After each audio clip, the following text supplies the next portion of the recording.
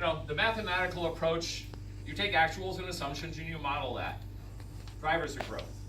Mathematical approach works best in very large areas. You model the country mathematically. A structural approach is best in smaller areas and where things are really unique. And Island County is certainly unique. It has very unique features that will drive the demographics here that don't exist in the rest of the state. Mathematical approach deals very well with natural growth, births and deaths. Those are all things that can be modeled. Structural approaches deal best with migration, people moving in and out. People move in and out for a reason. They don't just randomly move. So you have to understand, are there reasons for people to move in or are there reasons for people to move out? And a mathematical model really won't tell you much about that. The state one has to fit to the state projections. The state decides how big, OFM decides how big the state is going to grow, or how much the state is going to grow, and then all 39 counties have to add up to that. So whatever you kind of figure out might happen in Island County, it still has to add into that statewide picture.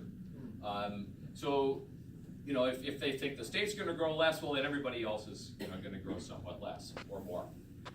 Whereas the structural approach, you don't care. What goes on in Spokane is not relevant to this at all. It's just what's going on right here in Island County.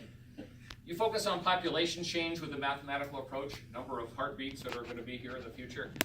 With a structural approach, you can look at actual housing demand because you're starting to understand what kinds of people are going to move here. Not just bodies, but why are they moving here? Are they young? Are they old? Are they rich? Are they poor? You can start to think about things like that and understand how that's going to drive housing.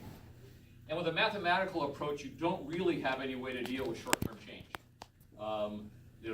OFM does this every 5 years, and something suddenly changes, the model doesn't really account for that. Whereas if you see something change and you're dealing with the actual drivers, you can see that. So I just wanted to go through that because when I first did this report, I was sort of concerned about, is this sort of supposed to swap out for the county's report? No, this is a different kind of information that a group like this should be able to chew on, and there's a lot of discussion. So I want to go through there's 5 drivers that are talked about in the report. The civilian economy, the Navy, commuters who work outside of Island County, retirees, and the vacation and rental or vacation and recreational market. Not going to talk about the Navy simply. The Navy gave me numbers. They're in the report. That's it. I don't know anything more than what they project, and I wouldn't pretend to. And the vacation market is a funny one. It's very hard to measure, very hard to identify, and frankly, I don't think really competes very much with the other markets. It's sort of a specialized thing, so won't talk about that too much. Island economy. So this is the top 5 sectors of the Island County economy by employment, and then all others. So that's about 2/3 of the employment in the county is covered with those 5. And what you see is local government, those are average wages on the end. Local government pays pretty well. Local government is usually primarily schools, the biggest chunk of it. Federal government, the civilian employees, that pays pretty well. But the other 3, as you see, don't pay particularly well. When you average it all out in the bottom, the average income in Island County for people who work in the county is not particularly high. So when you're talking about the sort of driver of and housing needs as far as the indigenous economy, you're talking about earning power that isn't very high. And then I'll come to that in a second, why that's important. If you compare that with other counties in the area, and you'll see why these are important. You're talking about King County is over twice the average income. Skagit County is higher. Snohomish County quite a bit higher. They're all higher than Island County in what they can pay. Well, what that means is this comes to that second group of commuters. If you're commuting, you're getting an income somewhere else and bringing that income back to Island County to compete in the housing market. And so you could be displacing the people who work here for the lower incomes. And that's a big concern. It's not just a concern here, it happens all over the place. The big problem with Island County is it's the end of the line. If that happens to you in Pierce County, you go to Thurston County. If it happens to you in Thurston County, you can go to Lewis County or Mason County. Island County, there's nowhere left to go. You can't jump to the next more affordable place, which is, I think, a problem. You go back the other way and you're not getting any less or any more affordable as you go back to the mainland. So the dynamic here is that you have this commuter population competing with people who work in Island County and generally bringing back higher incomes, and that commuter population is quite large.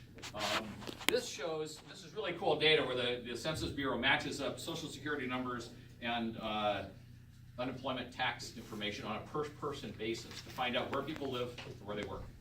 And so for people who live in Island County and have a job that is covered by unemployment insurance, so that excludes self-employed and uniformed military and some others, only a little over a third of them actually work in Island County. 2/3 of them work outside. There's some error in this data for reporting, but 21% were commuting to King County, 19% were commuting to Snohomish County. That's big. That's a lot of people who are, again, competing in the housing market here in Island County with incomes that they derive off outside that are typically going to be quite a bit higher. So that's the sort of situation of indigenous economy and commuters that presents a real housing problem as to how do you, and the further problem that Island County housing is still then going to be less expensive, except for the waterfront, than you'd find, say, in Snohomish and certainly in King County. So you take a King County income, which maybe you can't afford much of housing in King County, but you bring it up here and it can afford a very nice house. I know I'm already breaking the rule I set, but just to clarify, when you say Island County, you're also talking about Camano Island, which does not have an industry, so therefore they all commute out of the county. Right. There isn't a whole lot of employment on it. Right. But I wanted you to this is a North Whidbey, primarily North Whidbey focus group, so it's not like people from Whidbey who are driving always to Snohomish. It's people who actually live right next to Snohomish. Yeah. There is actually, you can break this data down by sub area, and you can see the pattern still happens to some degree. Yeah. So the next category was retirees.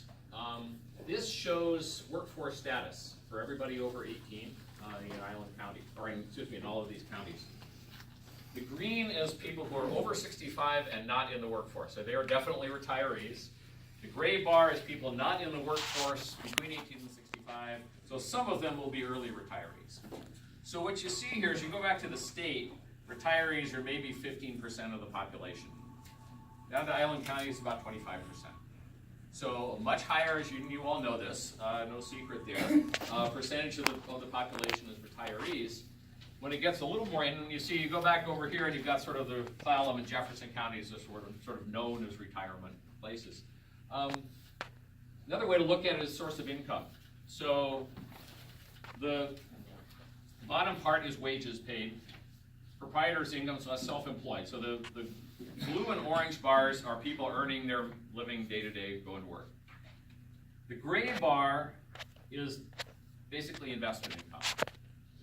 And Social Security and Medicare and veterans benefits and all those things are the yellow, and blue is other public assistance. So if you go down here, what you see is Island County, if you add up investment income and Social Security, that's well over half the income in the county comes from not working.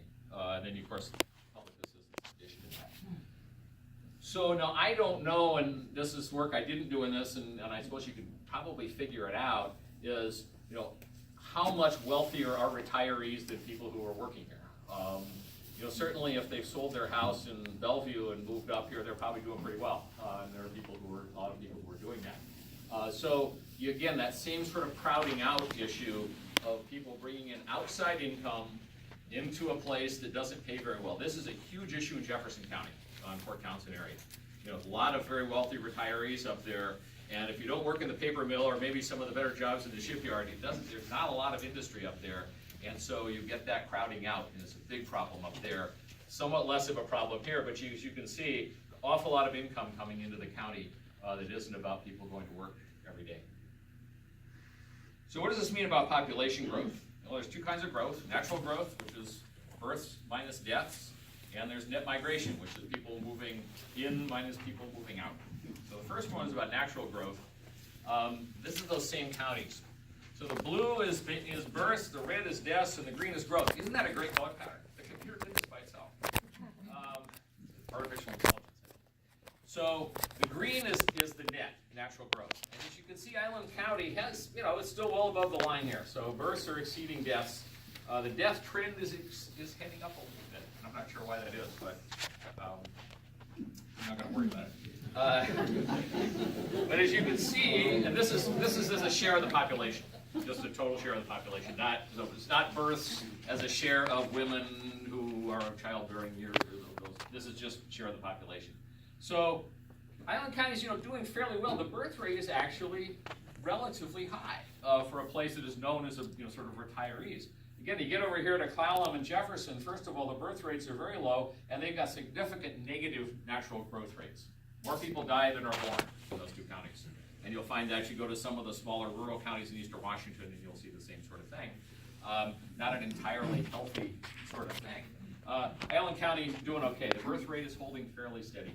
So the natural growth rate trending down slightly again because the death rate comes up. The thing about the death rate, you get a higher death rate because you get more in-migration.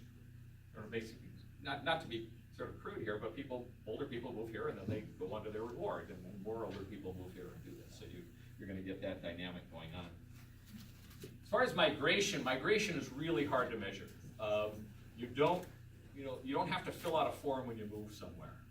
Collecting data on migration is really hard. Collecting data on births and deaths, every birth and death is pretty much recorded. So you get very, very exact data on that. Migration, you don't.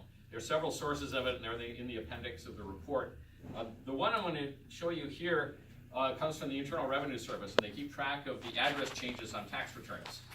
So this covers people basically who all file a tax return. Now, not everybody files a tax return from their home address and stuff like that. So it's a little imprecise, but blue is people moving into Island County, or to be technical, they filed a tax return somewhere else last year, and they filed it in Island County this year. Red is the opposite. They moved out. The green is the net result of that. And this goes back to 2007 here. What you see is some negative migration here, sort of flat here, slightly up, slightly down in here, and then picking back up over the last 3 years. This data, unfortunately, it's great data. It's just always about 2 or 3 years old. They don't catch up. So this is only 2015, 16. The other sources of data on this, the American Community Survey and the driver's license data collected by the state, show the same thing, an upward trend. And the driver's license data shows it, which is in the report, which is only people moving in, unfortunately, but it shows it definitely heading up, up until about 3 months ago. So I think you identified where all of our contractors and tradespeople went. That's the red in 2007 and Yep. 8 and 8 and 9. They all Yep. hit the road. Well, and you get less in-migration because, people typically would sell a home to retire somewhere. Well, they couldn't sell their homes back then. And so you had a real dip in that. And that happened everywhere. The migration around the country dipped significantly everywhere. And it's sort of slowly coming back now. Probably not to the levels before, and economists are sort of wondering about this. Because nationally, migration is hugely important for the economy. You need people to move where the action is. And if people are not inclined to do that, it's an issue. And this is blacked out. There's some weird thing in the data in 2014-15, and I have seen it in several other counties. They messed something up. So the net seems pretty good, but I don't know what happened with the gross figures on that. So what you see is this uptick in net migration, and definitely an uptick in migration there. So where does all this lead as far as growth? We now have the bent barbecue fork graph here. The black here is the actual growth in Island County. We're going back to 2000 here.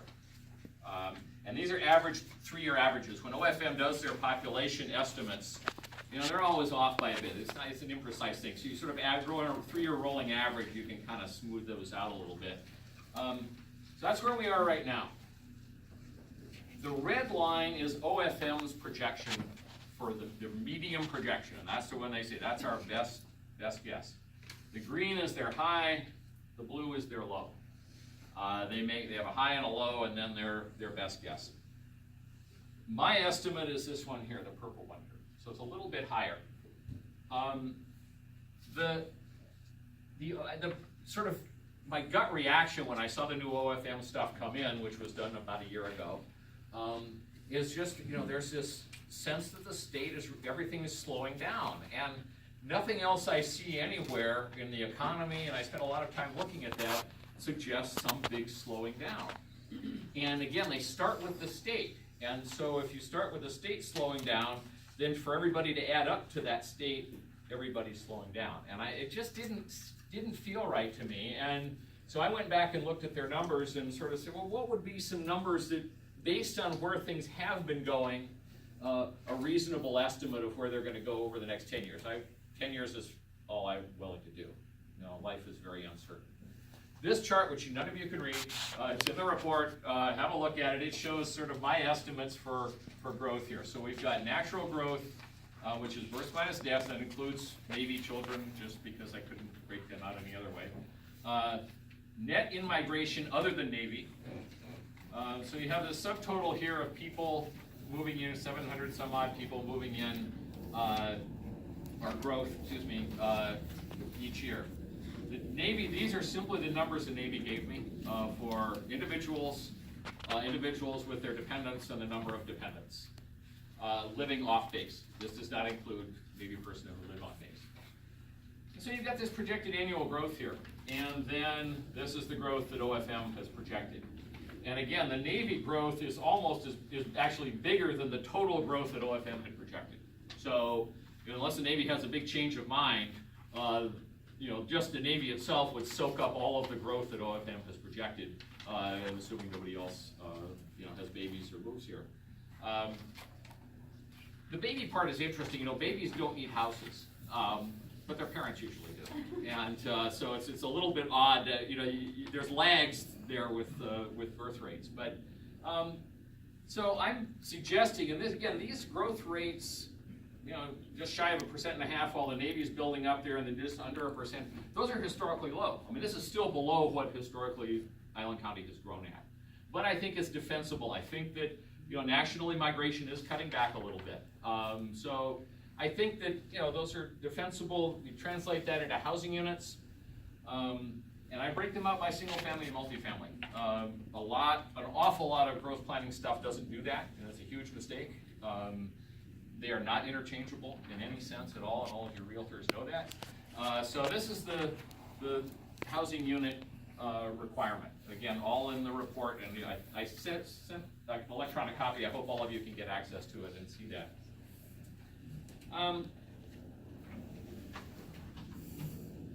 So just finally, a couple of thoughts here.